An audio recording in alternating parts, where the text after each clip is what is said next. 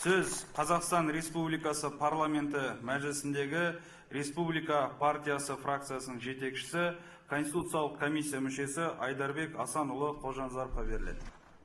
Құрметті отандастар, еліміз үлкен өзгерістер кезеңіне қадам басты.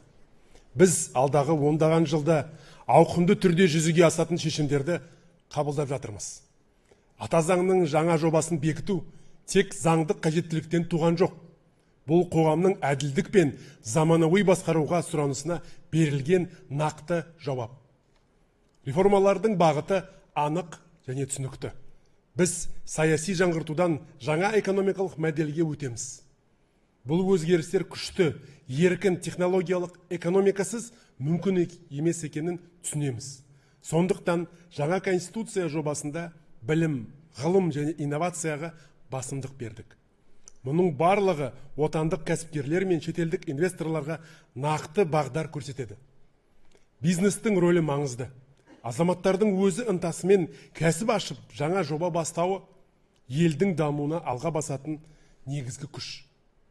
Қазір шағын және орта бизнестің ішкі жалпы өнімінің 40% береді. Бірақ бізге тек өсім емес, сапалы және тұрақты даму керек. Жаңа басқару жүйесіне мемлекет адам үшін қағидасы жүзеге асады.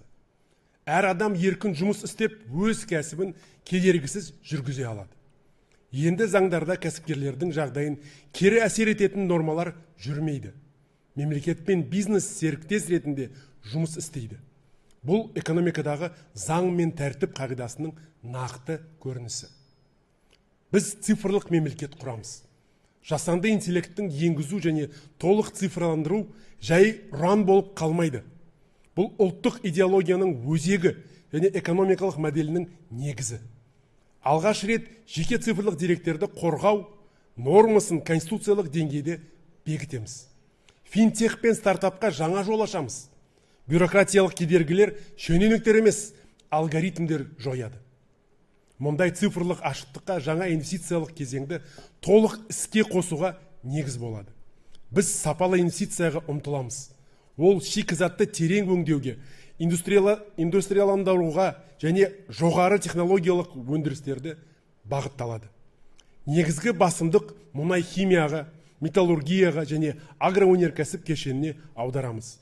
Яғни оларды ел ішінде өңдеп, қосылған құны жоғары дайын өнім шығару басты міндет болады. Бұл жаңа өндіріс ашуға, жұмыс орындарын көбейтуге және табысты арттыруға мүмкіндік береді. Конституция инвестордың салған қаржысын қорғайды.